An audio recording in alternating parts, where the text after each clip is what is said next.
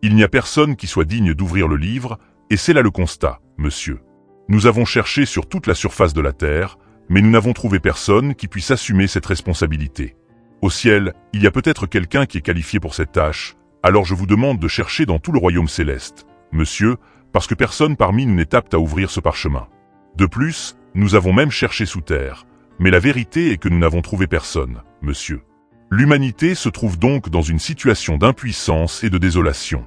Nous devons attendre le livre de l'Apocalypse, qui représente la révélation donnée par Dieu, dans le but de manifester à ses serviteurs les vérités sur les événements qui vont se dérouler dans un futur proche. Cette révélation a été proclamée par l'envoi de son ange à son serviteur Jean, qui à son tour a témoigné de la parole de Dieu, ainsi que du témoignage de Jésus-Christ, en plus des diverses visions qu'il a eues. Jean adresse son message aux 7 églises situées dans la région de l'Asie, leur souhaitant de recevoir la grâce et la paix de celui qui a toujours été, qui est maintenant et qui vient, ainsi que des 7 esprits qui demeurent devant son trône, et aussi de Jésus-Christ. Jésus est décrit comme le témoin fidèle, le premier à ressusciter d'entre les morts, et donc le premier-né de ceux qui sont venus mourir. Il est également important de noter la mention répétée des 7 esprits qui se tiennent devant le trône divin, ainsi que la référence à Jésus-Christ lui-même en tant que témoin fidèle et premier-né d'entre les morts. Le premier-né de ceux qui sont ressuscités est le chef de tous les rois de la terre et celui qui nous a profondément aimés et qui, par son sacrifice, nous a purifiés de nos transgressions, faisant de nous des rois et des prêtres pour Dieu, qui est leur Père. À lui donc la gloire et la domination pour l'éternité. Toutes les nations de la terre le pleureront. Qu'il en soit ainsi. Amen. Je suis l'alpha et l'oméga, le commencement et la fin, celui qui existe, qui a toujours existé et qui vient, le Tout-Puissant.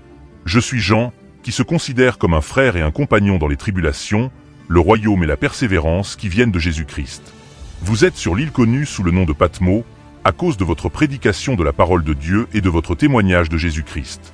Dans cet état d'esprit, le jour du Seigneur, j'ai entendu derrière moi une voix puissante, qui sonnait comme une trompette et qui proclamait « Je suis l'alpha et l'oméga, le premier et le dernier ». Les villes connues sous les noms de Pergame, Thyatire, Sardes, Philadelphie et Odyssée sont des sites historiques qui, chacun à leur tour, ont une importance significative dans différents contextes. Pergame, par exemple, était considérée comme l'une des capitales de l'art et de la culture dans l'Antiquité. Thyatire était célèbre pour sa production de tissus et sa dévotion à la déesse Cybèle. Sardes, pour sa part, était également un centre commercial important, connu pour sa richesse dans l'Antiquité. Philadelphie, en plus d'être une ville de grande importance commerciale, était un point d'union entre différentes cultures. L'Odyssée, que l'on peut confondre avec la célèbre œuvre littéraire, fait également référence à un lieu d'importance historique. Chacune de ces villes est porteuse d'une histoire riche et variée qui contribue à la compréhension des civilisations passées. En me tournant vers la source de la voix qui s'adressait à moi, j'ai découvert 7 chandeliers en or, disposés de manière majestueuse. Entre ces 7 chandeliers, j'ai vu un être qui ressemblait à un fils d'homme, paré d'un vêtement qui lui descendait jusqu'aux pieds, tandis qu'une ceinture d'or lui entourait élégamment la taille. Ses traits étaient impressionnants. Son aspect était pur, blanc comme la laine la plus propre et rappelant aussi la neige immaculée. Ses yeux brillaient, comme s'ils étaient de puissantes flammes de feu ardentes. Ses pieds avaient l'apparence de bronze poli, brillant comme s'ils avaient été placés dans une fournaise ardente, émettant une lumière aveuglante. De plus, sa voix résonnait comme le son puissant de nombreuses eaux impétueuses. Dans sa main droite, il tenait cette étoile, détail fascinant, et de sa bouche sortait une épée tranchante à double tranchant, symbole de son autorité. Enfin, son visage rayonnait d'une lumière intense, semblable à celle du soleil lorsqu'il brille dans toute sa splendeur et sa puissance. Lorsque je l'ai vu pour la première fois, je me suis effondré à ses pieds comme si j'étais inconscient, et il a doucement posé sa main droite sur moi, proclamant fermement « Je suis le commencement et la fin, ainsi que celui qui a vécu, expiré, et maintenant, étonnamment, je suis vivant pour l'éternité. » Après avoir évoqué ces questions, il convient de clarifier l'énigme liée aux 7 étoiles que tu as observées dans ma main droite, ainsi qu'aux 7 chandeliers en or. Les 7 étoiles représentent en fait les anges qui gardent les 7 différentes églises et les 7 chandeliers que tu as pu percevoir sont en fait les 7 églises mentionnées. Adressez donc un message à l'ange de l'église d'Éphèse, celui qui tient les 7 étoiles dans sa main droite et qui marche au milieu des 7 chandeliers d'or. Pour reprendre ce qui a déjà été dit, les 7 étoiles symbolisent les anges des 7 églises et les 7 chandeliers que tu as vus représentent les 7 églises susmentionnées. Celui qui se trouve au centre des 7 chandeliers d'or exprime le message suivant. Je connais parfaitement vos actions, l'engagement intense dont vous faites preuve dans votre travail, ainsi que la longue patience dont vous faites preuve. De plus, je sais que vous ne pouvez pas tolérer les impies. Vous avez mis à l'épreuve ceux qui prétendent être des apôtres, mais qui ne le sont pas, et vous avez découvert qu'ils sont faux. Vous avez affronté les difficultés, fait preuve de patience, travailler avec ardeur et dévouement pour la cause de mon nom, sans jamais vous décevoir. Cependant, j'ai un reproche à vous faire. Vous avez mis de côté l'amour que vous aviez au début. Rappelez-vous donc où vous avez trébuché et éprouvé un véritable repentir, en plus de réaliser les premières actions authentiques que vous avez pratiquées auparavant. Parce que si je ne viens pas à vous rapidement, j'enlèverai de votre espace le chandelier qui représente la lumière de votre foi, si vous ne vous repentez pas vraiment. Cependant, il y a un point qui pèse contre vous, le fait que vous méprisiez les actions des Nicolaïtes, que j'abhorre également. Que celui qui a des oreilles écoute ce que l'Esprit communique aux diverses églises. À celui qui vaincra l'adversité, j'accorderai la possibilité de manger de l'arbre de vie, qui se trouve au cœur du paradis de Dieu. En ce qui concerne le messager de l'église de Smyrne, écrit ce que dit celui qui est le commencement et la fin de toute chose, celui qui est mort et qui vit maintenant. Je connais tes actions, la tribulation que tu traverses et la pauvreté à laquelle tu es confronté, bien que tu sois riche d'un point de vue spirituel. De plus, je connais les blasphèmes proférés par ceux qui se disent juifs, mais qui ne sont que des membres de la synagogue de Satan. N'ayez donc pas peur de ce que vous pourrez subir à l'avenir. Sachez que certains d'entre vous seront jetés en prison pour y être mis à l'épreuve et qu'ils connaîtront des difficultés pendant 10 jours. Restez fidèles face à la mort, et je vous accorderai la couronne de la vie éternelle. Que celui qui a des oreilles écoute attentivement ce que l'Esprit transmet aux diverses églises. À celui qui triomphe, la seconde mort ne fera pas de mal musique.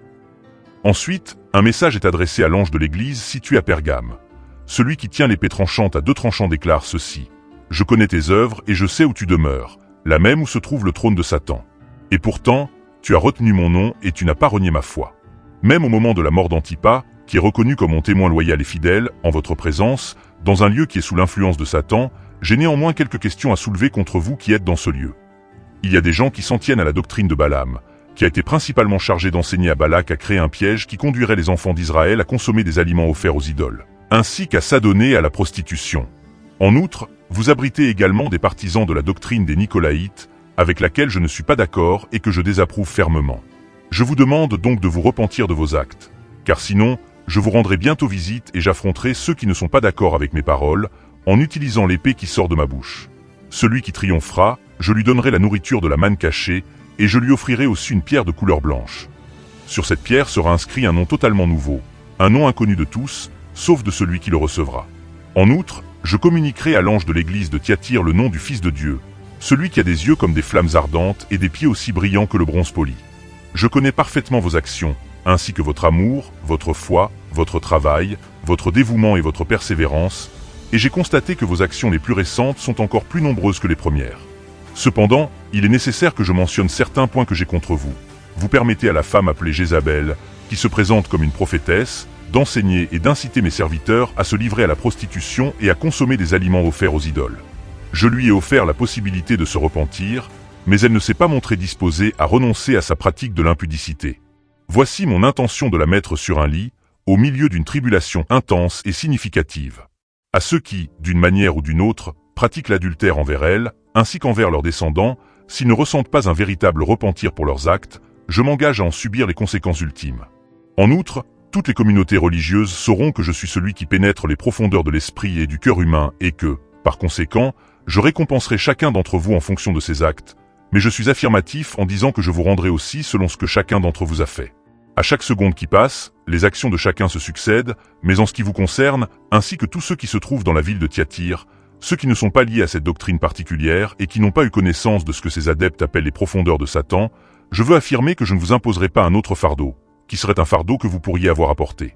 En revanche, ce que vous avez déjà, je veillerai à ce qu'il reste ferme et inébranlable jusqu'au moment où j'arriverai à celui qui réussira et s'engagera à garder mes œuvres jusqu'à la fin du voyage.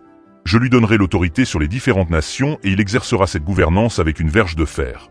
De plus, ces nations seront brisées comme un vase de céramique, tout comme j'ai également reçu cette autorité de la part de mon Père. En outre, je lui donnerai l'étoile du matin. En ce qui concerne les 7 esprits de Dieu et les 7 étoiles, il est écrit « Je connais vos actions, et je sais que vous portez un nom qui indique que vous vivez, alors que vous êtes mort. Il faut donc que vous soyez sur vos gardes et que vous fortifiez ce qui est encore sur le point de mourir, car je n'ai pas trouvé vos actions parfaites devant Dieu. Souvenez-vous donc de ce que vous avez reçu et entendu, gardez-le bien et repentez-vous, car si vous n'êtes pas vigilant, je viendrai à vous soudainement, comme un voleur, et vous ne saurez pas quand cela arrivera. Cependant, il est important de souligner qu'il y a des gens à Sardes qui ne se sont pas laissés contaminer et qui porteront des robes blanches, parce qu'ils sont dignes de marcher avec moi. Par une déclaration sincère, j'affirmerai et révélerai leur identité devant mon Père, comme devant ses anges.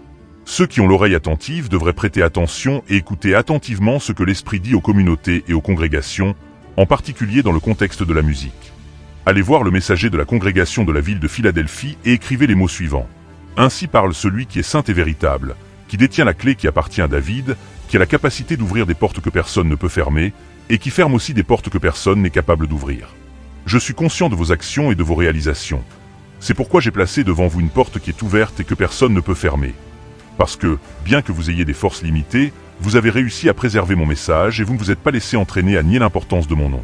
En outre, je vous protégerai également par rapport à la période de test qui approche et qui affectera toute l'humanité, dans le but de mettre à l'épreuve ceux qui résident à la surface de la planète.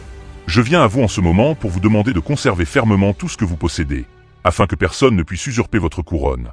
Car celui qui réussira, je ferai de lui un pilier solide dans le temple de mon Dieu, et il n'en sortira jamais. De plus, j'inscrirai sur lui le nom de mon Dieu, encore et encore, afin que son nom soit associé à lui pour toujours. J'écrirai aussi le nom de la ville de mon Dieu, qui est la Nouvelle Jérusalem, descendant du ciel directement d'auprès de mon Dieu, et enfin j'inscrirai mon nouveau nom. Il est important que ceux qui ont des oreilles prêtent attention à ce que l'Esprit a à dire aux églises. C'est pourquoi je dirai à l'ange de l'église de la ville de Laodicée, voici l'Amen, le témoin fidèle et véritable, le commencement et le fondement de la création de Dieu. Je vous le dis, je connais bien vos œuvres, et je sais que vous n'êtes ni froid ni chaud. Je voudrais que tu sois un être de température plus extrême, soit froid, soit chaud, mais comme tu te présentes de manière tiède, te tenant à un point qui ne correspond ni au froid, ni au chaud, je me sens obligé de t'expulser de ma bouche. En effet, tu prétends que je suis une personne riche et prospère qui n'a besoin de rien, alors qu'en réalité tu ne te rends pas compte que tu n'es que misérable. C'est pourquoi je te recommande d'acquérir auprès de moi de l'or raffiné au feu, afin que tu deviennes riche, et des vêtements blancs, afin que tu puisses les porter et que la honte de ta nudité ne devienne pas évidente. Il est aussi important que vous oigniez vos yeux avec du collyre pour que vous puissiez voir, car je reprends et je châtie tout ce que j'aime. C'est pourquoi il est essentiel que vous soyez diligents et que vous vous repentiez. Je me tiens donc à la porte et je frappe avec insistance. Si quelqu'un entend ma voix et a la gentillesse d'ouvrir la porte, j'entrerai chez lui et nous partagerons un repas ensemble, établissant ainsi un lien intime entre nous. À celui qui vaincra, je donnerai l'honneur de s'asseoir à côté de moi sur mon trône, comme j'ai vaincu et me suis assis à côté de mon Père sur son trône. Il est donc essentiel que ceux qui ont des oreilles écoutent et prêtent attention à ce que l'Esprit révèle aux églises. Soudain, une porte céleste s'est ouverte, et la première voix que j'ai entendue, qui ressemblait à une puissante trompette, s'est adressée à moi. Elle m'a dit, « Viens ici et je te révélerai les choses qui doivent arriver dans l'avenir. » Et instantanément, je me suis trouvé dans un état spirituel. C'est alors que l'on aperçut dans le ciel un trône magnifique, et sur ce trône était assis quelqu'un dont l'aspect ressemblait à la beauté imposante de la pierre de jaspe, accompagné de la vivacité de la cornaline. Autour du trône, un splendide arc-en-ciel s'étendait, donnant un aspect encore plus majestueux à l'environnement céleste. Autour du trône principal, il y avait un total de 24 autres trônes, sur lesquels je pouvais observer 24 anciens assis, élégamment vêtus de robes blanches, ornées de couronnes d'or, symbolisant leur dignité et leur autorité. Des éclairs impressionnants, des échos de tonnerre et des voix puissantes émanaient du trône, créant une atmosphère de révérence et de crainte. Devant le trône, brûlant avec une grande intensité, se trouvait cette lampe de feu représentant les 7 esprits de Dieu, émanant de la lumière et symbolisant la plénitude de l'Esprit Saint. En outre, devant le trône s'étendait une mer de verre, brillante comme du cristal, reflétant la gloire même du lieu. À côté et autour du trône, le premier des êtres vivants avait la forme impressionnante d'un lion, évoquant la force et la majesté. Le deuxième ressemblait à un veau, symbolisant le service et le sacrifice. Le troisième avait le visage d'un homme, représentant l'humanité, et le quatrième avait la forme d'un aigle planant, représentant la rapidité et l'acuité de la vue. Ces 4 êtres vivants étaient impressionnants, chacun doté de 6 ailes, et tout autour d'eux, ainsi qu'à l'intérieur, ils avaient une multitude d'yeux qui semblaient témoigner de tous les aspects de la majesté divine. Ces êtres vivants ne cessaient de proclamer dans un chant d'adoration « Saint, Saint, Saint est le Seigneur Dieu Tout-Puissant, celui qui a toujours été, qui est présent et qui reviendra, réaffirmant son éternité et sa souveraineté sur toute chose. » Chaque fois que les êtres vivants rendaient des hommages de gloire, d'honneur et de reconnaissance à celui qui est assis sur le trône, à l'être qui vit éternellement, les 24 anciens se prosternaient devant la présence de celui qui occupe le trône céleste et adoraient intensément celui qui vit éternellement. Dans ce moment de profonde reconnaissance, ils ont jeté leur couronne devant le trône et ont proclamé à l'unisson « Seigneur, c'est avec un grand respect que nous affirmons que tu es digne de recevoir la gloire, l'honneur et la puissance. Car c'est toi qui as créé toutes choses, et c'est par ta volonté souveraine que ces choses existent et ont été créées. » Ensuite, j'ai vu que dans la main droite de celui qui était assis majestueusement sur le trône, Il y avait un livre écrit sur ses pages intérieures et extérieures, qui était scellé par une série de 7 sceaux. En outre, j'ai perçu la présence d'un ange puissant qui, d'une voix forte et retentissante, posait une question proclamatoire, demandant qui aurait la dignité et la capacité d'ouvrir le livre et de briser les sceaux qui le maintenaient fermé.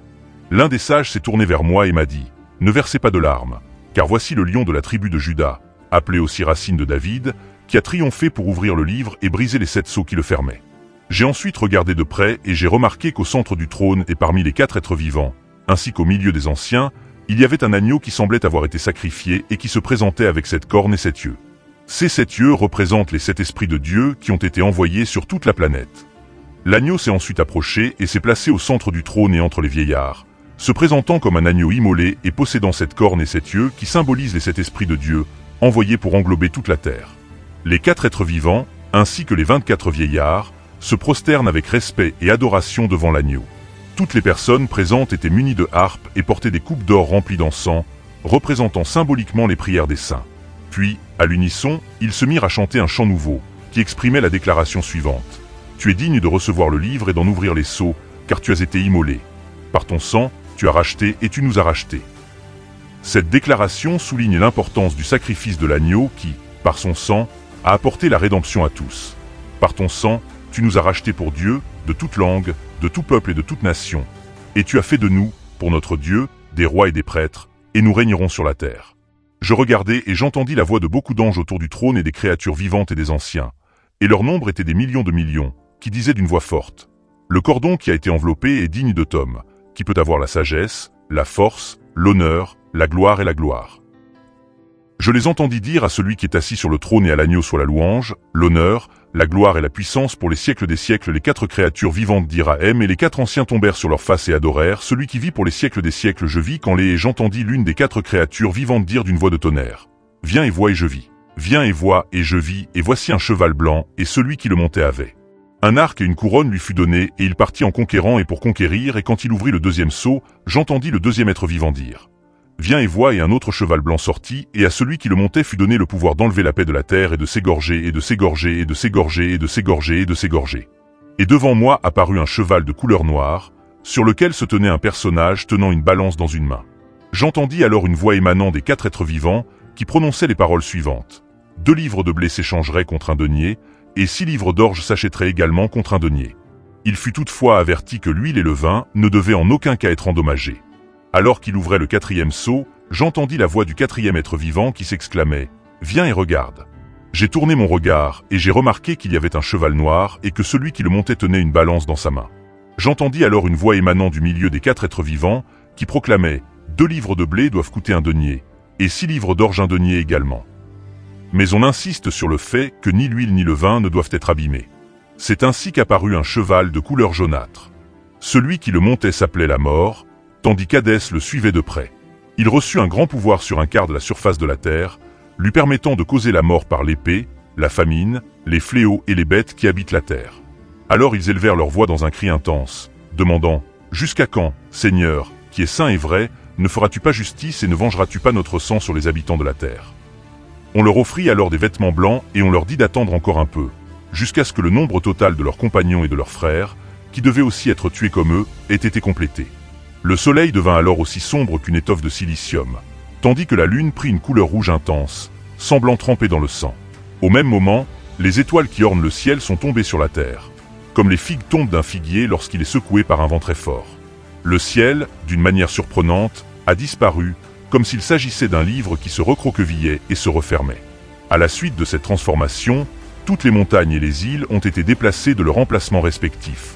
Dans ce scénario apocalyptique, les rois de la terre, les nobles, les riches, les tribuns, les puissants et même les serviteurs, ainsi que les hommes libres, se réfugièrent dans les grottes et les rochers des montagnes. Ces gens criaient aux montagnes et aux rochers, les priant de tomber sur eux et de les soustraire à la présence de celui qui est assis sur le trône, ainsi qu'à la colère de l'agneau. C'est que le grand jour de sa colère était arrivé, et la question qui revenait était « Qui pourra le supporter après tout cela ?» J'ai vu, dans ma vision, 4 anges debout aux 4 coins du monde, avec la mission de contenir et de retenir les 4 vents qui soufflent sur la terre. Grâce à cette action, aucun vent ne circulait sur la terre, ni sur les mers. Dans un cadre impressionnant, le calme régnait, car la présence du vent n'était pas ressentie, créant une atmosphère de sérénité, où l'absence de vent était perceptible partout, aussi bien sur la terre que sur les vastes eaux, conduisant à un état de tranquillité totale et absolue. Il cria d'une voix forte aux 4 anges qui avaient reçu le pouvoir de faire du mal à la terre et à la mer, en disant « Ne faites pas de mal à la terre, ni à la mer, ni aux arbres, jusqu'à ce que nous ayons marqué du sceau les serviteurs de notre Dieu sur leur front, et que vous ayez entendu le nombre des 144 000 scellés de toutes les tribus des enfants d'Israël, de la tribu de Juda, 12. 12 000 scellés de la tribu de Ruben, 12 000 scellés de la tribu de Gad, 12 000 scellés de la tribu d'Azer, 12. 000 scellés de la tribu de Nephtali, 12. 12 000 scellés de la tribu de Manassé, 12 000 scellés de la tribu de Siméon, 12 000 scellés de la tribu de Lévi, 12 000 scellés de la tribu d'Issachar, 12 000 scellés de la tribu de Zabulon, 12 000 scellés de la tribu de Joseph, 12 000 scellés de la tribu de Benjamin, 12 000 scellés de la tribu de Benjamin, 12.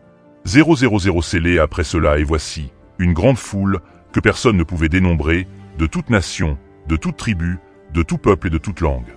Se tenait devant le trône et devant l'agneau, vêtus de robes blanches, des palmes à la main, et elle s'écriait d'une voix forte, en disant « Le salut est à notre Dieu, qui est assis sur le trône, et à l'agneau. » Et les 4 êtres vivants, et ils tombèrent sur leurs faces devant le trône et adorèrent Dieu, en disant « Amen, bénédiction, gloire, sagesse, action de grâce, honneur, puissance, force et pouvoir soit à notre Dieu, dans les siècles des siècles. » L'un des sages de l'assemblée prit la parole et dit « Ces gens qui portent des robes blanches, qui sont-ils et d'où viennent-ils » Je lui ai répondu « Monsieur, vous savez tout cela. » Et c'est alors qu'il me l'a dit. Ce sont ceux qui sont sortis de la grande tribulation et qui ont soigneusement lavé leurs robes, parvenant à les rendre blanches grâce au sang de l'agneau. C'est pourquoi ils se tiennent devant le trône de Dieu, où ils l'adorent sans cesse, jour et nuit, dans son saint temple. De plus, celui qui est assis sur le trône étendra son tabernacle sur eux, leur apportant protection et réconfort, de sorte qu'ils ne ressentiront plus ni la faim ni la soif. De même, le soleil ne les frappera plus, et encore moins une quelconque forme de chaleur. C'est que l'agneau, au centre du trône, prendra soin d'eux avec tendresse, les conduisant aux sources des eaux de la vie. C'est pourquoi Dieu essuiera aussi les larmes qu'ils auront pu verser. Lorsqu'il ouvrit le 7e sceau, il y eut un silence dans le ciel pendant environ une demi-heure, et je vis les 7 anges se tenir devant Dieu, et cette trompette leur furent données. L'ange prit l'encensoir, le remplit du feu de l'autel et le jeta sur la terre. Il y eut des tonnerres, des voix, des éclairs et un tremblement de terre. Les 7 anges qui tenaient les 7 trompettes se tinrent devant Dieu. Le premier ange sonna de la trompette, et il y eut de la grêle et du feu mêlé de sang qui furent jetés sur la terre, et un tiers des arbres furent brûlés, et toute l'herbe verte fut brûlée. Le deuxième ange sonna de la trompette, et comme une grande montagne enflammée fut jetée dans la mer, et un tiers de la mer se changea en sang, et un tiers des créatures vivantes qui étaient dans la mer moururent, et un tiers des bateaux furent détruits. Le troisième ange sonna de la trompette. À la suite de cet événement, une étoile immense descendit du ciel, brillant d'un vif éclat, comme une torche enflammée. Cette étoile de feu tomba sur un tiers des fleuves et frappa aussi les sources d'eau qui s'y trouvaient. Le nom donné à cette étoile est Absinthe. Le quatrième ange sonna de la trompette, ce qui eut pour effet d'endommager une partie importante du soleil, ainsi qu'une partie correspondante de la lune et une fraction des étoiles. Il en résulta un phénomène d'obscurcissement d'un tiers d'entre elles, générant l'absence de lumière visible dans le firmament. Et il n'y eut pas d'illumination pendant un tiers de la période diurne, ainsi que pendant toute la nuit, et je regardai attentivement, et j'entendis un ange qui volait au centre du ciel, proclamant d'un ton aigu « Malheur, malheur, malheur, malheur à ceux qui résident à la surface de la terre, en vertu des autres coups de trompette que les 3 anges sont sur le point d'exécuter. » Et de la fosse sortit une épaisse fumée, semblable à celle qui sort d'une immense fournaise, d'où une obscurité qui, à cause de cette fumée, affectait le soleil et l'air. De cette même fumée sortirent des sauterelles qui se répandirent sur la terre et qui furent dotées d'une puissance extraordinaire, comparable à celle des scorpions qui habitent la terre. Un ordre précis fut donné pour que ces sauterelles ne nuisent pas à la végétation de la terre, c'est-à-dire ni à l'herbe, ni à aucune plante verte, ni à aucun arbre existant. Cependant, elles n'étaient autorisées à nuire qu'aux êtres humains qui n'avaient pas le sceau de Dieu sur le front. De plus, il a été établi qu'elles ne pouvaient pas les exterminer, mais les tourmenter pendant une période de 5 mois. La souffrance causée par ces sauterelles était semblable à la douleur que cause un scorpion lorsqu'il touche un être humain. Dans les jours à venir, les êtres humains iront à la recherche de la mort, mais ils ne pourront pas la trouver, et ils désireront ardemment mourir, mais la mort s'éloignera de leur présence. L'image des sauterelles ressemblait beaucoup à celle de cavaliers montés sur leurs destriers, prêts à combattre. Sur leur tête, ils semblaient porter des ornements qui ressemblaient à des couronnes d'or étincelantes. Les traits de leur visage ressemblaient à ceux des êtres humains, présentant des caractéristiques très similaires. Ils avaient aussi de longs cheveux flottants qui pouvaient être comparés à ceux d'une femme. Quant à leurs dents, elles ressemblaient à des dents de lion, avec une forme forte et impressionnante. Enfin, son armure était robuste et ressemblait à l'armure majestueuse des lions imposants. Le bruit produit par ses ailes ressemblait au bruit intense et agité d'un grand nombre de chariots tirés par des chevaux se dirigeant à toute vitesse vers le champ de bataille. Le 6e ange sonna de la trompette, et j'entendis une voix qui venait du milieu des 4 cornes de l'autel d'or qui était devant Dieu, et qui disait au 6e ange qui tenait la trompette: Relâchez les 4 anges qui sont liés. Relâchez les 4 anges qui sont liés, les 4 anges qui sont liés, les 4 anges qui sont liés avec eux, les 4 anges qui sont liés avec eux, les 4 anges qui sont liés avec eux, les 4 anges qui sont liés avec eux. Les 4 anges liés par le grand fleuve Euphrate et libérés les 4 anges prêts à l'heure, au jour, au mois et à l'année pour tuer le tiers des hommes, et le nombre des armées des cavaliers était de 200 millions, et j'ai entendu leur nombre, et j'ai vu en vision les chevaux et leurs cavaliers qui avaient du cœur et de l'âme. Et j'ai entendu leur nombre, et j'ai vu en vision les chevaux et leurs cavaliers qui avaient du cœur et de l'âme et qui étaient prêts à tuer le tiers des hommes et le tiers des hommes. Les têtes des chevaux étaient comme des têtes de lions, et de leur bouche sortait du feu, de la fumée et du soufre. Par ces 3 fléaux, le tiers des hommes était tué par le feu, la fumée et le soufre qui sortaient de leur bouche. Le reste des hommes qui n'ont pas été tués par ces fléaux ne se sont pas encore repentis des œuvres de leurs mains.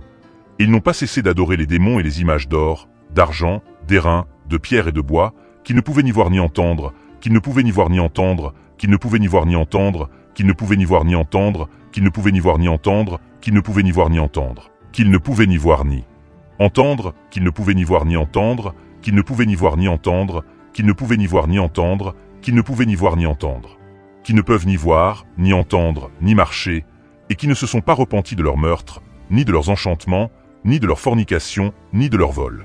Il posa son pied droit sur les eaux de la mer, et son pied gauche sur la terre ferme, puis il poussa un cri puissant et imposant, comme le rugissement d'un lion féroce. Tandis qu'il criait avec une telle force, sept tonnerres retentirent, faisant écho à leur voix vibrante. Lorsque ces 7 tonnerres se manifestèrent et exprimèrent leur voix, je m'apprêtais à enregistrer tout ce que j'avais entendu, mais une voix venue du ciel m'interrompit et m'avertit en disant: « Garde secret les messages que les 7 tonnerres ont proclamés, et ne les écris pas. » L'ange que je voyais, debout sur l'étendue de la mer et sur la surface de la terre, leva la main vers le ciel et prêta serment au nom de celui qui vit éternellement, le Créateur du ciel et de toutes ses merveilles, de la terre et de tout ce qu'elle contient, de la mer et de tous les êtres qui l'habitent.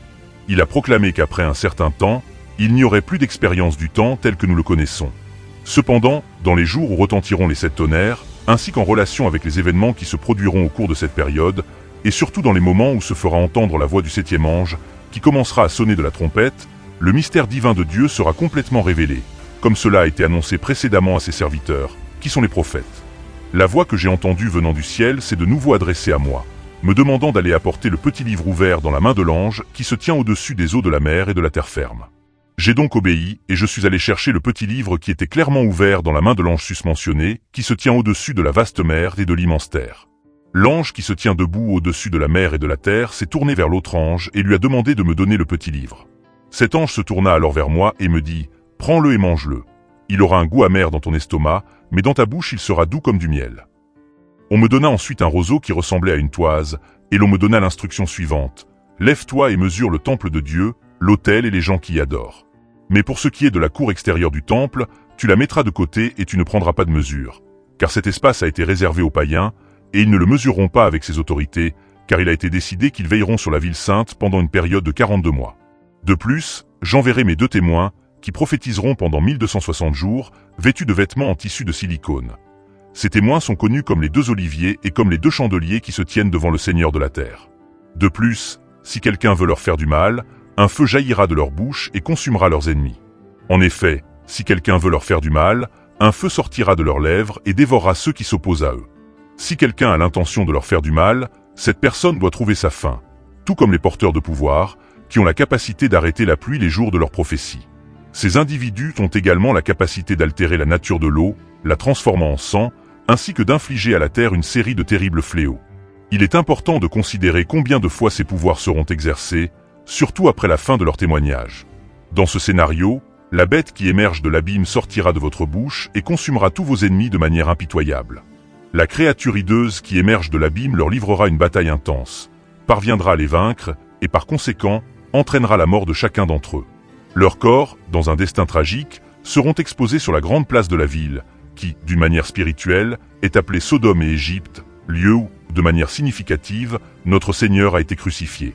Il est important de souligner que les habitants de diverses nations, tribus et langues observeront leurs cadavres pendant une période de 3 jours et demi et, étonnamment, ils ne permettront pas que ces corps soient enterrés ou maltraités de quelque manière que ce soit. À travers les actions de ces 2 prophètes, qui ont apporté de grandes souffrances et perturbations aux habitants de la planète, un événement surprenant s'est produit. Après une période de 3 jours et demi, l'esprit de vie envoyé par Dieu a commencé à habiter en eux. Ainsi, dans un moment d'intense transformation, ils se sont levés, ont surmonté l'adversité et ont pu exprimer leur joie de se relever face à la situation. Les gens se sont levés de manière significative, et à partir de ce moment, une peur intense a envahi tous ceux qui étaient présents et qui ont assisté à la scène. De plus, ils entendaient une voix puissante qui résonnait du ciel et qui leur disait « Montez ici ». Ils montèrent au ciel sur une nuée, tandis que leurs adversaires les observaient attentivement. À ce moment précis, un formidable tremblement de terre se produisit, entraînant l'effondrement d'une partie importante de la ville, environ 1/10 de sa totalité. De plus, cet événement sismique désastreux a causé la perte tragique de 7000 hommes, tandis que le reste de la ville a subi des dommages considérables, étant en grande partie rasée et détruite. Le 7e ange, sonnant de la trompette, fit entendre du ciel de grandes voix, proclamant que les royaumes du monde sont devenus les royaumes de notre Seigneur et Sauveur Jésus-Christ. Il régnera éternellement, et ainsi les 24 vieillards dans le ciel, ainsi que les 24 vieillards sur la terre, régneront au siècle des siècles. En outre, les 24 vieillards assis devant Dieu sur leur trône se prosternèrent, rendant gloire à Dieu et disant « Nous te rendons grâce, Seigneur Dieu Tout-Puissant, qui est, qui était et qui vient, parce que tu as pris ta grande puissance et que tu as régné, et que les nations sont venues sous ta domination. Ta colère est venue et il est temps de juger les morts et de récompenser tes serviteurs, les prophètes, les saints et tous ceux qui craignent ton nom, les petits comme les grands. En outre, il sera temps de punir ceux qui causent la destruction sur la terre. » Le temple de Dieu s'ouvrit dans le ciel, et l'arche de l'Alliance apparut dans le temple. Il y eut des éclairs, des voix, des tonnerres, un tremblement de terre et une forte grêle. Et une forte grêle. Et un grand signe apparut dans le ciel. Une femme vêtue du soleil, la lune sous ses pieds, et une couronne de 12 étoiles sur sa tête. Le dragon avait 7 têtes et 10 cornes, et sur ses têtes 7 diadèmes. Sa queue tirait le tiers des étoiles du ciel, et il les jeta sur la terre. Et le dragon se tint devant la femme qui allait accoucher, afin de dévorer son enfant dès qu'il serait né, et elle accoucha d'un garçon qui et son fils fut arraché à Dieu et à son trône, et la femme s'enfuit dans le désert, où elle a un lieu préparé par Dieu pour y être nourrie pendant 160 jours. Puis il y eut une grande bataille dans le ciel. Michel et ses anges luttèrent contre le dragon, et ils luttèrent contre le dragon et ses anges, mais il ne l'emporta pas. L'immense dragon, souvent appelé le serpent ancien et également connu sous le nom de Satan, qui a la capacité de tromper le monde entier, fut précipité sur la terre, et avec lui, ses anges furent précipités, partageant son sort. La souveraineté et la domination de notre Dieu, ainsi que l'influence de son oint, le Christ, sont indéniables, car celui qui se présentait comme l'accusateur de nos frères, qui ne cessait de porter ses accusations devant notre Dieu, de jour comme de nuit, a été définitivement banni. Les fidèles ont réussi à le vaincre par le sang de l'agneau, qui représente la rédemption, et aussi par la force de la parole du témoignage qu'ils professent. De plus, ils ont fait preuve d'un grand courage en méprisant leur propre vie, en allant jusqu'aux dernières conséquences, même jusqu'à la mort, dans leur dévouement et leur foi. Réjouissez-vous donc, ô cieux, comme vous tous qui y vivez et jouissez de cette existence. Malheur à ceux qui habitent sur la terre et sur les mers, car il est descendu vers vous, plein d'une ardente colère, sachant que son temps est limité. Et quand il vit que le dragon avait été précipité sur la terre, il se mit à persécuter la femme qui avait enfanté le Fils qui est l'homme. Et la femme reçut du grand aigle le don de 2 ailes, ce qui lui permit de s'envoler pour échapper au serpent, en se dirigeant vers le désert, qui est son lieu de refuge. En ce lieu, elle est protégée et soutenue pendant une période qui se divise en temps et en fractions de temps. Pendant ce temps, le serpent, dans un acte d'hostilité, fait jaillir de sa bouche, en direction de la femme, un torrent d'eau semblable à un grand fleuve, avec l'intention de l'entraîner. Mais la terre, dans un geste de défense et de soutien, intervint et aida à protéger la femme. Le dragon s'est alors mis en colère contre la femme et a décidé de déclarer la guerre à toute sa lignée, qui s'est engagée à observer les commandements établis par Dieu et qui a le témoignage de Jésus-Christ.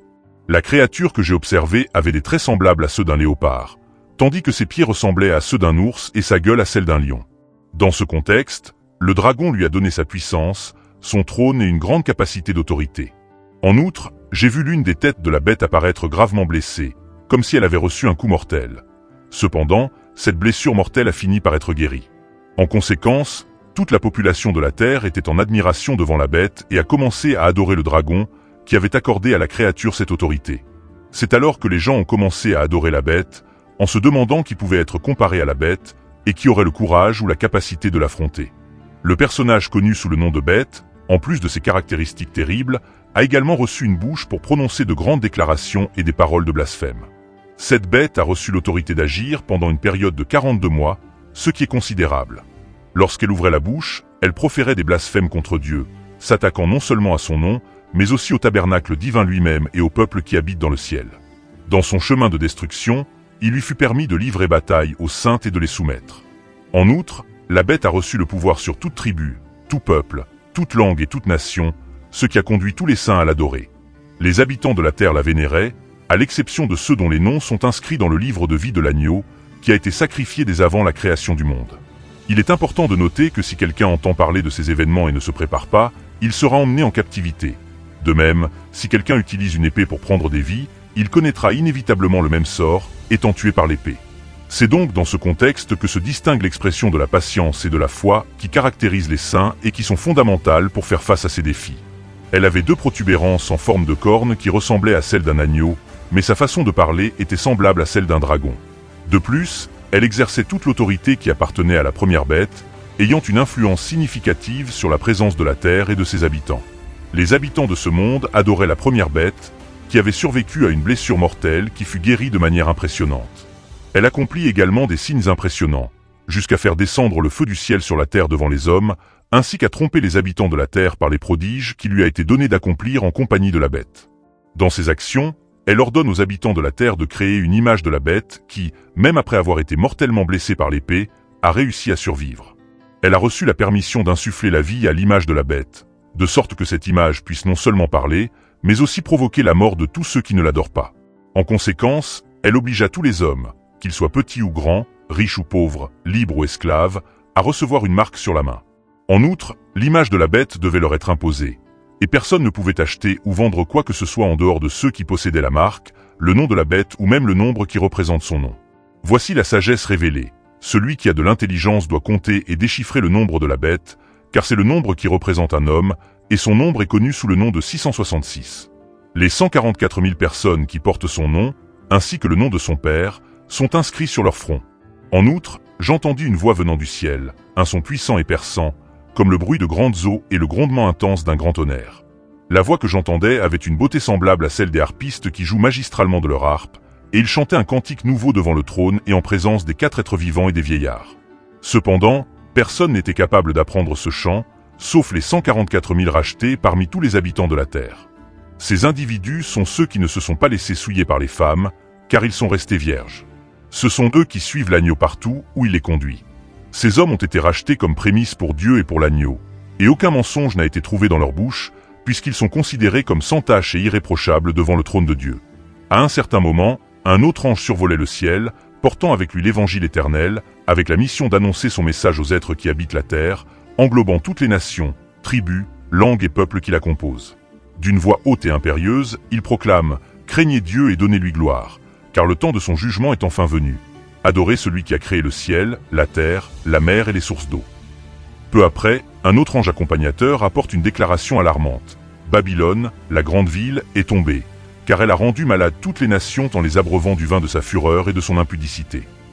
Le troisième ange proclame ensuite d'une voix forte. Si quelqu'un choisit d'adorer la bête et son image, et reçoit quand même la marque sur son front ou sur sa main, cet individu boira aussi du vin qui représente la colère de Dieu, versé à l'état pur dans la coupe qui contient cette colère, et il sera tourmenté dans le feu et le soufre, en présence des saints anges et de l'agneau.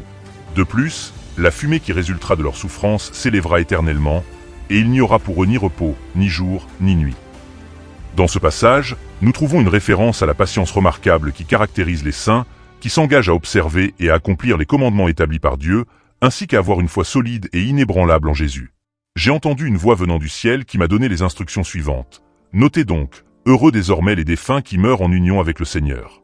Certes, disait l'Esprit, ils auront un moment de repos dans leur travail, car les œuvres qu'ils ont accomplies continueront à les accompagner même après ce repos. Et de la nuée sortit quelqu'un qui ressemblait à un fils d'homme, portant sur la tête une couronne d'or resplendissante et tenant à la main une houe extrêmement tranchante. À ce moment-là, un autre ange sortit du temple et se mit à crier d'une voix forte à celui qui était assis sur la nuée, « Revêt ton ose et aveugle-toi, car le temps de la moisson est venu, puisque la terre est déjà mûre. » L'être sur la nuée répondit à l'appel et enfonça son ose dans la terre, ce qui eut pour effet d'aveugler la terre. De l'autel apparut une nouvelle figure angélique qui avait une grande autorité sur le feu et qui, d'une voix forte et puissante, s'adressa à celui qui maniait la houe, en proclamant « Utilise ta houe et vendange les grappes qui sont dans la terre, car les raisins ont déjà atteint leur pleine maturité. » Et l'ange jeta sa houe dans la terre. Et l'ange jeta ça ou avec vigueur sur la terre, récoltant la vigne qui s'y trouvait, puis il jeta les raisins dans la vaste cuve qui appartenait à Dieu. Le grand pressoir fut foulé en dehors des limites de la ville, et il en sortit un flot de sang qui frappa les freins du pressoir, produisant la même substance, tandis que les raisins sortaient du pressoir à plusieurs reprises, de manière continue et ininterrompue. Vous voyez donc que les raisins sortaient du pressoir, et cette action se répétait, car les raisins sortaient plusieurs fois du pressoir, soulignant l'intensité et la prolifération de ce qui se passait à ce moment-là. Je vis dans le ciel un autre signe grand et admirable. 7 anges avec les 7 derniers fléaux, car en eux s'accomplit la colère de Dieu. Et je vis comme une mer de vers mêlée de feu, et ceux qui avaient vaincu la bête, son image, sa marque et le nombre de son nom, debout sur la mer de verre, avec les harpes de Dieu, et chantant le cantique de l'Éternel, et chantant le cantique de l'Éternel. Les nations ne craindront pas, ô Seigneur, et glorifieront ton nom, car toi seul es saint, toi seul es saint, toutes les nations ne craindront pas, ô Seigneur, et glorifieront ton nom, toi seul es saint, toutes les nations ne craindront pas, ô Seigneur, et glorifieront ton nom, toi seul es saint, toutes les nations ne craindront pas, ô Seigneur, et glorifieront ton nom, toi seul es saint, toutes les nations ne craindront pas, ô Seigneur, toutes les nations ne craindront pas, ô Seigneur, toutes les nations ne craindront pas, ô Seigneur, toutes les nations ne craindront pas, ô Seigneur, toutes les nations ne craindront pas, ô Dieu, car toi seul es saint, toi seul es saint, toutes les nations viendront t'adorer parce que tes jugements ont été manifestés. Je regardai, et voici que le temple du tabernacle du témoignage s'ouvrit dans le ciel, et du temple sortirent les 7 anges qui portaient les 7 fléaux, vêtus d'un lin pur et éclatant, et ceints sur la poitrine de ceinture d'or. Le temple fut rempli de fumée, à cause de la gloire de Dieu et de sa puissance, et personne ne put entrer dans le temple avant que les 7 fléaux des 7 anges de la musique ne fussent accomplis. Et j'entendis une voix forte qui, du temple, disait aux 7 anges, idez, et versez sur la terre les 7 coupes de la colère de Dieu. Il est significatif que le deuxième ange ait versé sa coupe sur les eaux de la mer, ce qui a entraîné une transformation terrifiante, les eaux devenant comme le sang d'êtres humains décédés. En conséquence de ce changement radical, tous les êtres vivants qui habitaient la mer sont morts. Le troisième ange versa sa coupe sur les fleuves et sur les sources d'eau, ce qui eut pour effet de transformer ces eaux en sang. À ce moment-là, j'ai entendu l'ange chargé des eaux proclamer. D'autre part, le quatrième ange fit de même et versa sa coupe sur le soleil, qui reçut l'autorité d'infliger des brûlures aux hommes par le feu. Le résultat fut que les hommes souffrirent de brûlures intenses et douloureuses à cause du feu, et cette situation se répéta, ce qui fit que beaucoup furent rendus parfaits par cette flamme intense. Le cinquième ange, dans l'accomplissement de sa fonction, versa sa coupe sur le trône de la bête, provoquant une situation dans laquelle son royaume fut enveloppé de profondes ténèbres. Les habitants, dans l'intensité de leur souffrance, se mordaient la langue en signe de douleur insupportable, et dans leur affliction, blasphémaient contre le Dieu qui habite dans les cieux, se lamentant sur la douleur qu'ils ressentaient et les blessures qu'ils portaient, mais ne montraient aucun signe de repentance pour leurs actes. Après cet événement, le sixième ange a également versé sa coupe, cette fois sur l'immense fleuve d'eau, et comme auparavant, les gens n'ont pas montré de repentir pour leur comportement et leurs actions. J'ai alors eu une vision dans laquelle 3 esprits impurs sortaient de la bouche du dragon, de la bouche de la bête et de la bouche du faux prophète. Ces 3 esprits impurs, que l'on pourrait qualifier d'esprits démoniaques, avaient la capacité d'opérer des signes puissants et étaient envoyés pour se tenir devant les rois de la terre, englobant le monde entier, dans le but de les rassembler pour le combat qui se déroulerait au grand jour du Dieu Tout-Puissant. Voici que je me présente comme un voleur béni, un voleur qui veille et qui garde ses vêtements, afin qu'il ne marche pas nu et que sa honte ne soit pas dévoilée. Et je les ai rassemblés dans un lieu qui, en hébreu, s'appelle Armageddon. Dès que l'homme a commencé à habiter la terre, on a constaté que la grande ville était divisée en 3 parties distinctes, et que les villes de toutes les nations étaient mises à terre. Babylone la grande fut rappelée devant Dieu, qui décida de lui accorder la coupe de vin qui contient la fureur de sa colère. En conséquence, toutes les îles disparurent et les montagnes ne furent plus localisées. En conséquence, un immense orage de grêle, semblable à celui qui vient d'une grande ville, tomba du ciel sur l'humanité, et cet orage de grêle, comme on l'a déjà dit, frappa durement l'humanité. Et une tempête de grêle intense et puissante s'abattit sur l'humanité, dont le poids équivalait à un talent. Devant la gravité de cette calamité, l'humanité se mit à blasphémer Dieu à cause du fléau causé par la tempête de grêle. Cela se produisit parce que l'ampleur de ce fléau était extrêmement grande et incontrôlable. C'est pourquoi l'un des 7 anges qui tenait les 7 coupes remplies de fléaux s'est approché de moi, s'est tourné vers moi et m'a dit « Viens ici, et je te montrerai le sort qui est réservé à l'immense qui est assis sur la vaste étendue d'eau, ainsi que la sentence qui pèse sur la grande tempête de grêle. Les monarques qui gouvernent cette terre, ainsi que les citoyens qui y résident, se sont laissés emporter et enivrer par le vin de leur promiscuité, se livrant aux excès et à la dégradation morale. Puis, dans un moment de révélation spirituelle, j'ai été emmené dans un désert, où j'ai découvert un spectacle impressionnant. Une femme assise sur une bête écarlate, pleine de noms blasphématoires. Cette bête avait 7 têtes et 10 cornes remarquables.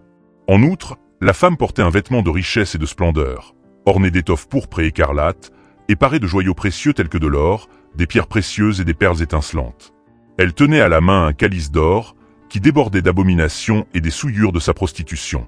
Sur son front était inscrit un nom qui disait « Mystère, Babylone la Grande », la désignant comme la mère des prostituées et aussi comme la mère des abominations qui peuplent la terre. J'ai observé la figure d'une femme qui était ivre, non seulement du sang des saints, mais aussi du sang des martyrs qui ont consacré leur vie à Jésus. En la regardant, j'ai été saisi d'un profond étonnement et je me suis émerveillé de la scène qui se déroulait sous mes yeux. À ce moment-là, l'ange qui se tenait à côté de moi m'a demandé « Pourquoi es-tu si étonné ?» Je vais vous révéler l'énigme qui entoure à la fois la femme et la bête qui l'accompagne, qui a 7 têtes et 10 cornes. Cette bête que tu as observée, qui a existé autrefois, n'existe plus, mais elle est destinée à être détruite dans l'avenir. La créature que tu as observée est une entité qui a existé, mais qui n'est plus, et qui est en train de sortir de l'abîme pour aller vers la perdition. Les habitants de cette planète, surtout ceux dont les noms n'ont pas été inscrits dans le livre de la vie depuis l'aube de la création, seront stupéfaits de voir cette bête qui a eu une existence antérieure, qui n'est pas active actuellement, mais qui va à nouveau refaire surface. Ce phénomène éveillera l'attention de ceux qui ont du discernement et de l'intelligence. Dans ce contexte, la femme est placée au-dessus de cet être, qui est la représentation de cet roi.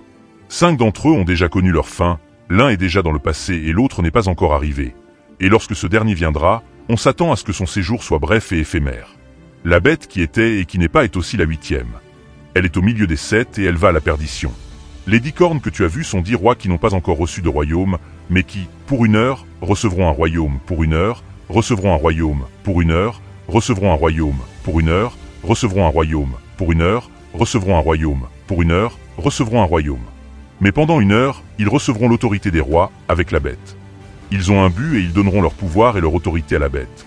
Ils combattront l'agneau et l'agneau les vaincra, parce qu'il est le Seigneur des seigneurs et le roi des rois, et que ceux qui sont avec lui sont appelés, élus et fidèles.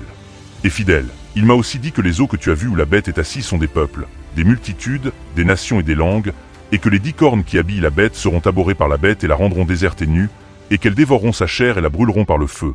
Parce que Dieu a mis dans leur cœur d'exécuter ce qu'il a dit et qu'elles donneront leur royaume à la bête jusqu'à ce que les paroles de Dieu s'accomplissent. Et que la femme que tu as vue est là. Grande ville qui règne sur les rois de la terre. Après cet événement, j'ai vu un autre messager céleste descendre du ciel, rayonnant d'une immense puissance, et toute la terre était illuminée par la splendide gloire de cet ange. Il éleva sa voix avec force et puissance, proclamant « Elle est tombée, Babylone la Grande ». Cette ville était devenue un milieu habité par des démons, ainsi qu'un refuge pour toutes sortes d'esprits impurs, et elle était aussi devenue une véritable cage remplie d'oiseaux sales et détestables. Cela est arrivé parce que toutes les nations du monde se sont enivrées du vin de la fureur résultant de sa corruption morale, que les monarques de la terre se sont joints à elle dans la promiscuité, et que les marchands ont prospéré et ont amassé des richesses grâce à sa domination. Et j'entendis du ciel une voix nouvelle qui disait « Détournez-vous d'elle, mon peuple, de peur que vous ne vous rendiez complice de ses méfaits et que vous n'ayez part à ses malheurs. Car ses crimes ont atteint les cieux, et Dieu s'est souvenu de sa méchanceté. Donnez-lui le double de ce qu'elle a fait, dans la coupe qu'elle a bu, donnez-lui le double de ce qu'elle s'est glorifiée et de ce qu'elle a vécu dans les délices. Donnez-lui des tourments et du deuil, car elle dit en son cœur « Je suis entrée comme reine, je ne suis pas veuve, et je ne verrai pas de deuil. » Les rois de la terre, qui se sont prostitués avec elle et qui ont vécu avec elle dans ses délices, pleureront et se lamenteront sur elle quand ils verront la fumée de son embrasement. Ils se tiendront à distance, effrayés par son supplice, et diront malheur à la grande ville de Babylone, la ville forte, car en 1 heure ton jugement est arrivé. Et les marchands de la terre pleureront et se lamenteront sur elle, parce que personne n'achète plus sa marchandise. Marchandises d'or, d'argent, de pierres précieuses, de perles, de fin lin, de pourpre, de soie, d'écarlate, de tout bois de senteur, de tout objet précieux, de toute espèce de bois, de tout bois aromatique, de tout objet en ivoire, de tout objet en bois précieux, en cuivre, en fer, en marbre, en cannelle, en épices, en encens, en myrrhe, en oliban, en vin, en huile, en farine, en blé, en animaux, en brebis, en chevaux, en chars, en esclaves, en hommes, en âme, en hommes, les fruits que ton âme convoitait se sont éloignés de toi, et tous les marchands de ces choses, qui se sont enrichis sur tes côtes, se tiendront à l'écart, effrayés par ton supplice, en pleurant et en se lamentant, et en disant « Malheur à la grande ville qui était vêtue de fin lin, de pourpre et d'écarlate, et parée d'or, de pierres précieuses et de perles. » Tous les pilotes, tous ceux qui voyagent sur des navires, tous les marins et tous ceux qui travaillent sur la mer se tenaient à distance, et, voyant la fumée de son embrasement, ils s'écriaient et disaient « Quelle ville est semblable à cette grande ville ?» Ils jetaient de la poussière sur leur tête et criaient, pleurant et se lamentant, en disant « Malheur à la grande ville où tous ceux qui avaient des navires se sont enrichis de leurs richesses ». Un ange puissant prit une pierre semblable à une grande meule et la jeta dans la mer, en disant avec la même véhémence « Babylone, la grande ville, sera renversée et ne sera plus trouvée. On n'entendra plus chez toi la voix des harpistes, des joueurs de flûte, des joueurs de cornemuse et des trompettistes. On n'entendra plus chez toi aucun artisan d'un métier quelconque. On n'entendra plus chez toi le bruit d'une meule de pierre. On n'entendra plus chez toi le bruit d'une meule de pierre. On n'entendra plus chez toi le bruit d'un moulin. On ne verra plus briller chez toi la lumière d'une lampe. On n'entendra plus chez toi la voix de l'époux et de l'épouse, car tes marchands étaient les grands de la terre. Par tes enchantements, toutes les nations ont été séduites, et l'on a trouvé en eux le sang des prophètes, des saints et de tous ceux qui ont été immolés sur la terre. Après cela, j'entendis dans le ciel une voix forte d'une grande foule qui disait « Alléluia ! Le salut, l'honneur, la gloire et la puissance sont au Seigneur notre Dieu, car ses jugements sont vrais et justes, car il a jugé la grande qui corrompait la terre par son impudicité et a vengé le sang de ses serviteurs par sa main. » Ils dirent encore « Alléluia » et la fumée monte au siècle des siècles. Et les 24 vieillards et les 4 êtres vivants tombèrent à terre et adorèrent Dieu qui était assis sur le trône et dirent Amen. Alléluia, et une voix sortit du trône et dit Louez notre Dieu. Tous ses serviteurs, et ceux qui sont ses serviteurs, et ceux qui sont ses serviteurs, et ceux qui sont ses serviteurs, et ceux qui sont ses serviteurs, et ceux qui sont ses serviteurs, et ceux qui sont ses serviteurs, et ceux qui sont ses serviteurs, et ceux qui sont ses serviteurs, et ceux qui sont ses serviteurs, et ceux qui sont ses serviteurs. Dieu, tous ses serviteurs et vous qui le craignez, petits et grands, et entendez comme la voix d'une grande foule, de grandes eaux et comme la voix d'un grand tonnerre, disant « Alléluia, le Seigneur notre Dieu Tout-Puissant règne. Réjouissons-nous, soyons dans l'allégresse et donnons-lui gloire, car les noces de l'agneau et de son épouse sont arrivées. » L'ange me dit « Heureux ceux qui sont appelés au festin des noces de l'agneau. » Et il me dit « Ce sont là les paroles véritables de Dieu, ce sont les vraies paroles de Dieu, je tombe à tes pieds pour t'adorer. » Et il m'a dit « Ce sont les vraies paroles de Dieu, je tombe à tes pieds pour t'adorer. » Et il m'a dit « Ce sont les vraies paroles de Dieu, je tombe à tes pieds pour t'adorer. » Et il m'a dit « Écoute, ne fais pas ça. » Et il m'a dit « Regarde, ne fais pas ça. Je suis ton serviteur et celui de tes frères qui ont le témoignage de Jésus et qui adorent Dieu, parce que le témoignage de Jésus est l'esprit de prophétie. » Je vis alors le ciel s'ouvrir et voici un manteau blanc. Et celui qui était assis dessus s'appelait le fidèle, le vrai, le juste et l'équitable. Ses yeux étaient comme une flamme de feu, et sur sa tête il y avait plusieurs diadèmes. Il avait un nom écrit que personne ne connaissait, mais il était lui-même revêtu d'un vêtement teint de sang, et son nom est la parole de Dieu. Et les armées célestes, vêtues de fin lin, blanc et pur, le suivaient. Il les gouvernera avec une verge de fer, et il foulera la cuve du vin de l'ardeur et de la colère du Dieu Tout-Puissant. Et sur son vêtement et sur sa cuisse, il y a ce nom écrit, Roi des rois et Seigneur des seigneurs. Et il cria d'une voix forte, disant à tous les oiseaux qui volent au milieu du ciel, Venez et rassemblez-vous pour le grand souper de Dieu, afin de manger la chair des rois et des chefs, la chair des puissants, la chair des chevaux et de leurs cavaliers, la chair de tous ceux qui sont libres et de ceux qui sont esclaves, des petits et des grands. Les rois de la terre et leurs armées s'assemblèrent pour faire la guerre à celui qui était monté sur le cheval et à son armée. Et la bête fut saisie, et avec elle le faux prophète, qui avait devant lui les signes par lesquels il avait séduit ceux qui avaient reçu le signe de la bête et adoré son image. Et ces deux-là furent jetés vivants dans un étang de feu, rempli de feu, et ils furent jetés dans un étang de feu, et ils furent jetés dans un étang de feu, et ils furent jetés dans un étang de feu, et ils furent jetés dans un étang de feu. Les autres furent tués par l'épée qui sortait de la bouche de celui qui était monté sur le cheval. Et tous les oiseaux se régalèrent de leur chère musique. Je vis descendre du ciel un ange qui avait la clé de l'abîme et une grande chaîne à la main. Il le lia pour 1000 ans, le jeta dans l'abîme, le ferma et le scella, afin qu'il ne séduisît plus les nations jusqu'à ce que les 1000 ans fussent accomplis. Et après cela, je vis des trônes sur lesquels étaient assis ceux qui avaient reçu le pouvoir de juger. Et je vis les âmes de ceux qui avaient été décapités pour le témoignage de Jésus et pour la parole de Dieu. Je vis les âmes de ceux qui avaient été décapités pour le témoignage de Jésus et pour la parole de Dieu, et qui n'avaient pas adoré la bête et son image, et qui n'avaient pas reçu la marque, et qui n'avaient pas reçu la marque sur leur front et sur leurs mains, et ils vécurent et régnèrent avec le Christ pendant 1000 ans. Mais les autres morts ne revinrent pas à la vie, avant que les 1000 ans ne fussent accomplis. C'est la première résurrection, bénie et sainte.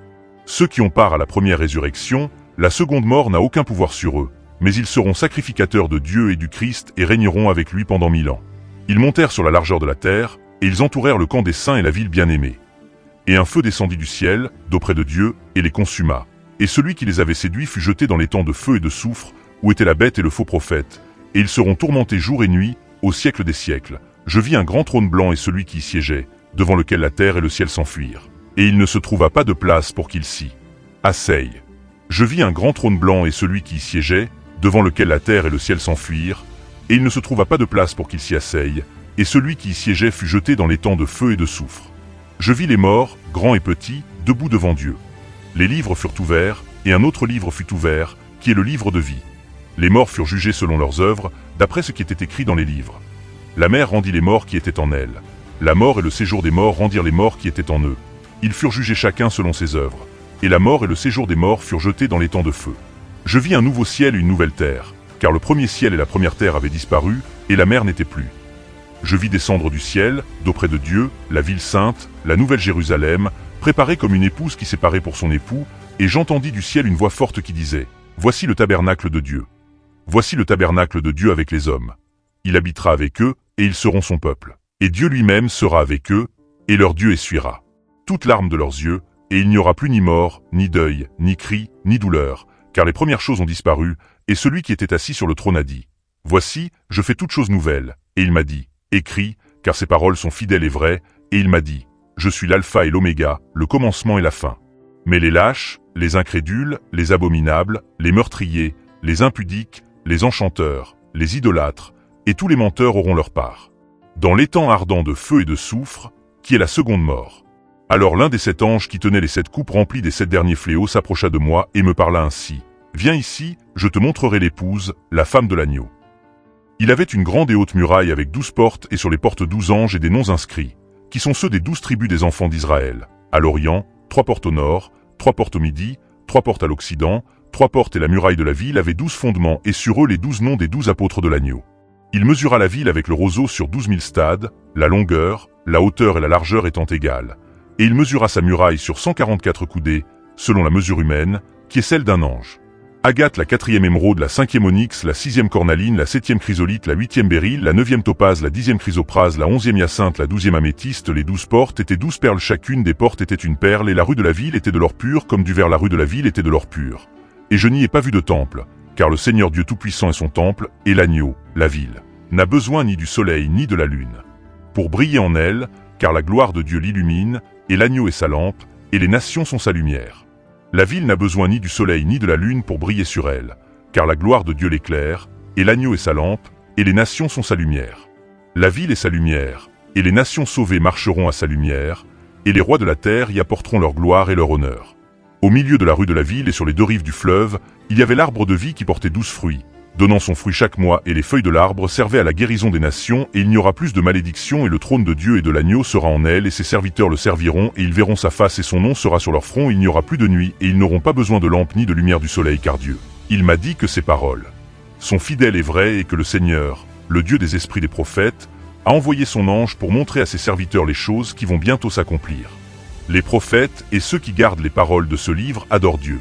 Il me dit : Ne scelle pas les paroles de la prophétie de ce livre, car le temps est proche. Si quelqu'un est injuste, qu'il continue à être injuste. Si quelqu'un est souillé, qu'il continue à être souillé. Si quelqu'un est juste, qu'il continue à pratiquer la justice. Et si quelqu'un est saint, qu'il continue à être saint. Qu'ils lavent leurs robes, afin d'avoir droit à l'arbre de vie et d'entrer dans la ville par les portes. Mais les chiens seront exclus, ainsi que les enchanteurs, les fornicateurs, les meurtriers, les idolâtres et tous ceux qui aiment et qui mentent. Moi, Jésus, j'ai envoyé mon ange pour vous rendre témoignage dans les églises. Je déclare à tous ceux qui entendent les paroles de la prophétie de ce livre que, si quelqu'un ajoute à ces choses, Dieu fera venir sur lui les fléaux qui sont écrits dans ce livre.